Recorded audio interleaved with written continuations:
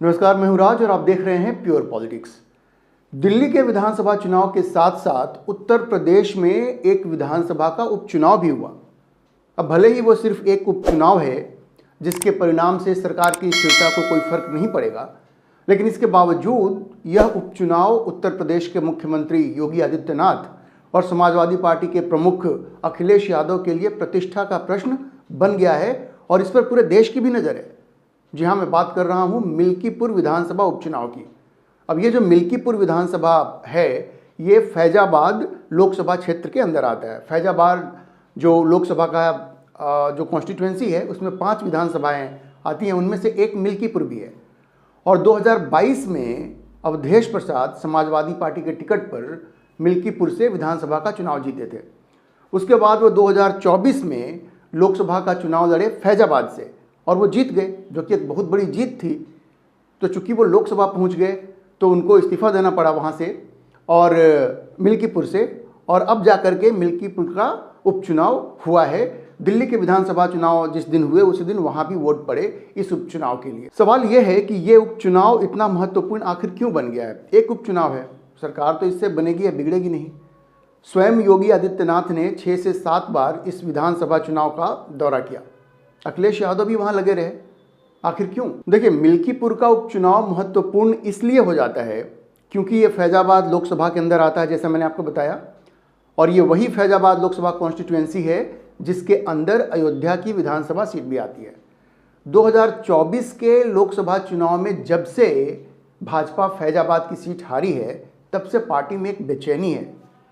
अयोध्या में भगवान श्री राम का भव्य मंदिर बनने के बाद भी भाजपा फैजाबाद सीट हार जाती है, और जिस तरह से अखिलेश यादव ने इस हार को एक बहुत बड़ा मुद्दा बना दिया और अवधेश प्रसाद को एक ट्रॉफी की तरह लोकसभा में अपने पास बिठाया, उससे भारतीय जनता पार्टी बहुत आहत थी। मुख्यमंत्री योगी आदित्यनाथ बहुत आहत थे। अब ध्यान रखिए कि फैजाबाद में 5 विधानसभा क्षेत्र हैं। दरियाबाद है, रुदौली, मिल्कीपुर, बीकापुर और अयोध्या। अब दरियाबाद को अगर आप छोड़ दीजिए तो बाकी के जो 4 जो कॉन्स्टिट्यूएंसी हैं वो अयोध्या जिले में आते हैं, अयोध्या डिस्ट्रिक्ट में आते हैं। सिर्फ दरियाबाद जो है वो बाराबंकी जिले में पड़ता है। अब यहाँ ध्यान देने की बात ये भी है कि 2022 का जो विधानसभा चुनाव हुआ था उसमें भारतीय जनता पार्टी इस 5 में से 4 विधानसभा में विजयी हुई थी, सिर्फ मिल्कीपुर को छोड़ करके, जहां से अवधेश प्रसाद जीत गए थे। लेकिन 2024 में जब लोकसभा के चुनाव हुए तो बीजेपी इन 5 में से अयोध्या को छोड़ करके बाकी 4 असेंबली कॉन्स्टिट्यूएंसी में पीछे चल रही थी, ट्रेल कर रही थी।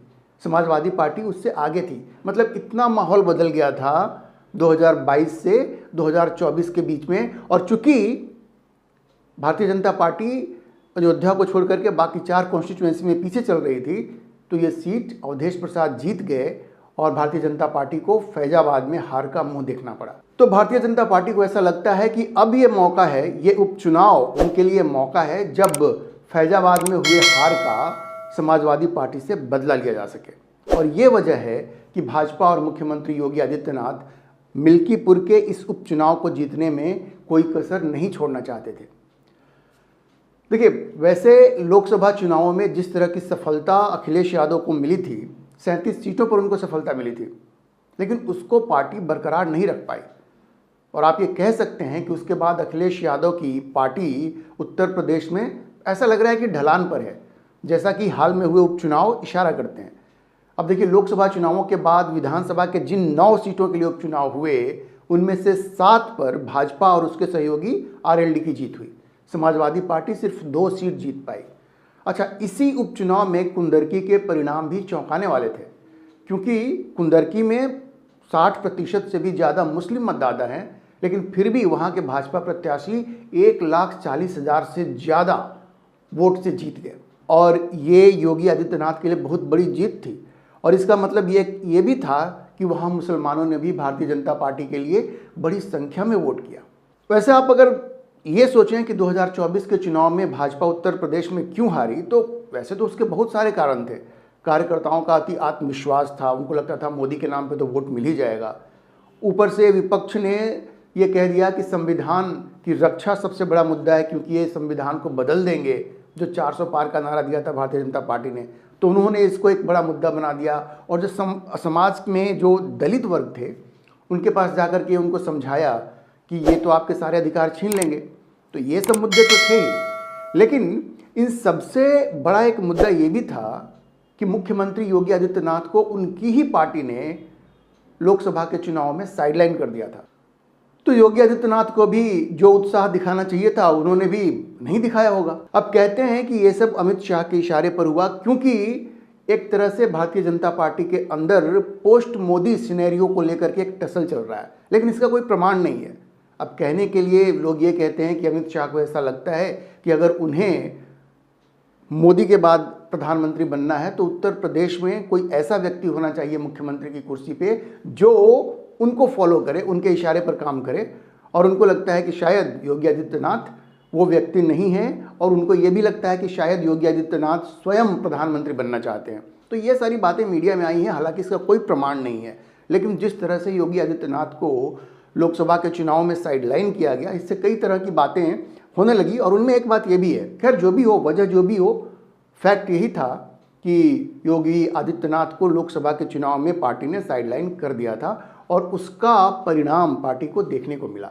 क्योंकि जो आपका कैप्टन है, जो आपका मुखिया है, अगर आप उसी को साइडलाइन कर देंगे तो जो एक टीम परफॉर्मेंस होता है उस पर असर पड़ेगा, और वो असर पड़ा। खैर वापस मिल्कीपुर की बात करते हैं। अब देखिए, एक परिवर्तन ये हुआ है कि जहां लोकसभा चुनाव में योगी आदित्यनाथ उनको साइडलाइन कर दिया गया था, लेकिन उसके बाद से केंद्रीय नेतृत्व ने सबक सीखा है। और जो उपचुनाव हुए, अभी जो 9 उपचुनाव हुए थे वहाँ पे, उसमें और मिल्कीपुर में भी कैंडिडेट सिलेक्शन में योगी आदित्यनाथ की ही चली है। योगी आदित्यनाथ अब पूरे कमांड में है उत्तर प्रदेश भाजपा की, जहाँ तक बात है। तो मिल्कीपुर में भी जो कैंडिडेट सिलेक्शन हुआ है वहाँ, उसमें योगी आदित्यनाथ की से रही है, उनकी पसंद से ही वहाँ पे कैंडिडेट चुने गए हैं। तो अब योगी आदित्यनाथ भी पूरे लगे हुए थे पूरे कैंपेन के दौरान। और अब उपचुनाव के बाद वहाँ से जो खबरें आ रही हैं वो ये बता रही हैं कि भारतीय जनता पार्टी इस सीट पर जीत को लेकर काफ़ी उत्साहित है।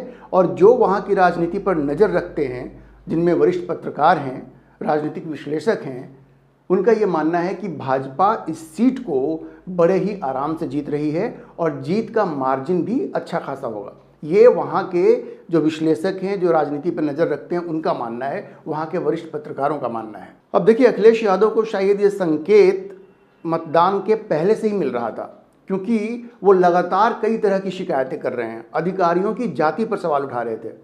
उन्होंने एक पीडीए का फॉर्मूला बनाया है, और जातीय ध्रुवीकरण के लिए वो ये कह रहे थे कि जो अधिकारी वहाँ पे हैं वो पीडीए के तो हैं ही नहीं, और पीडीए की जनसंख्या 90% है, लेकिन वहाँ अधिकारियों में उनका जो प्रतिशत है वो 10% है।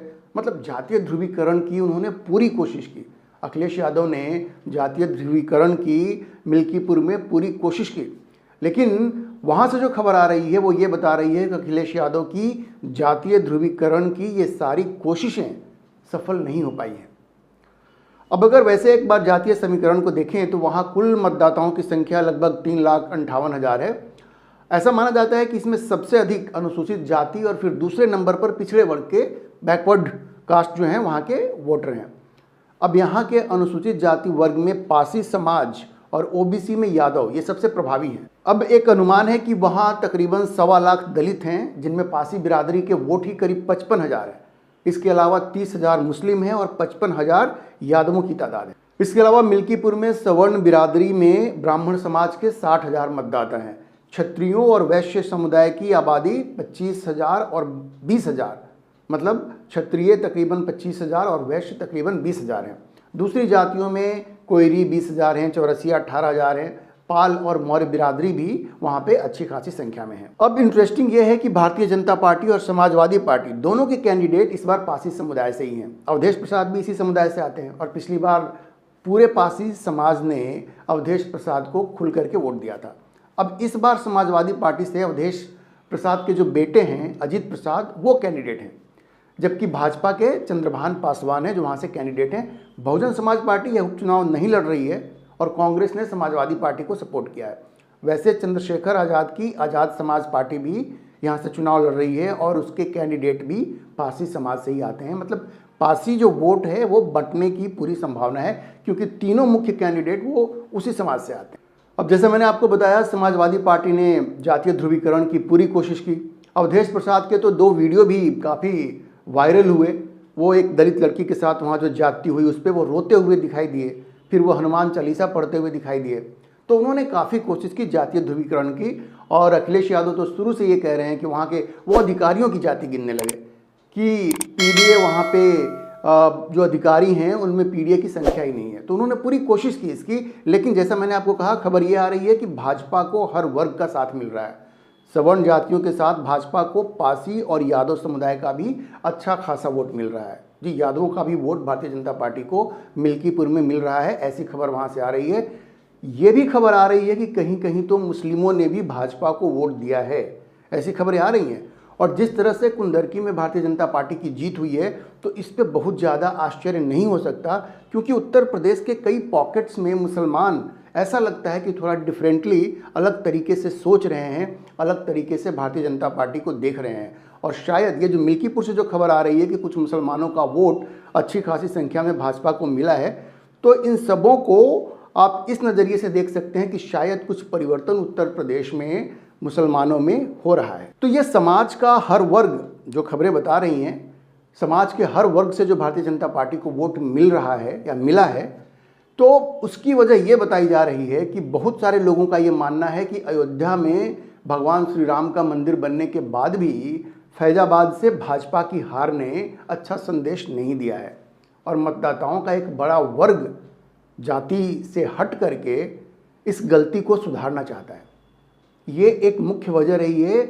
जो लोग वहाँ के बता रहे हैं कि उनके मन में एक है कि नहीं, ये गलत हुआ है और हमें इसको सुधारना है, तो शायद इसलिए सारे समाज का वोट भारतीय जनता पार्टी को मिल रहा है। उसके अलावा जो कारण है वो तो है ही। लोगों का कहना है कि जो कानून व्यवस्था में जो सुधार हुआ है, और लोग हमेशा कंपेयर करते हैं कि समाजवादी पार्टी के समय क्या स्थिति थी, आज क्या स्थिति है, तो कानून व्यवस्था में सुधार ये भी एक मुद्दा रहा है, उसका फ़ायदा बीजेपी को हो रहा है। अब सरकार की जो अलग अलग जो योजनाएं हैं, जो कल्याण की योजनाएं हैं, जैसे वो 5 किलो अनाज की बात हो, आवास हो, शौचालय हो, ये सब जिस तरह से बिना किसी भेदभाव के उत्तर प्रदेश में लागू हुआ है, उसका फ़ायदा भाजपा को हो रहा है, ये वहाँ के लोगों का कहना है। और 2024 के चुनाव में विपक्ष ने संविधान को भाजपा से खतरा होने का जो मुद्दा बनाया था, अब वो पूरी तरह से खत्म हो चुका है। अब ना कोई इस पर चर्चा करता है और ना ही कोई इस पर विश्वास करने को तैयार है। तो अब ये कोई मुद्दा रहा नहीं।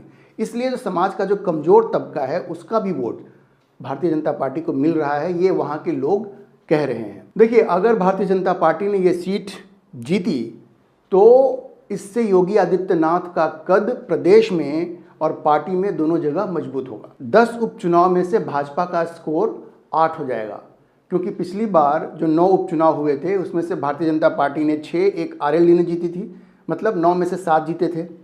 योगी आदित्यनाथ की पार्टी 9 में से 7 जीती थी, योगी आदित्यनाथ और आरएलडी को मिला करके।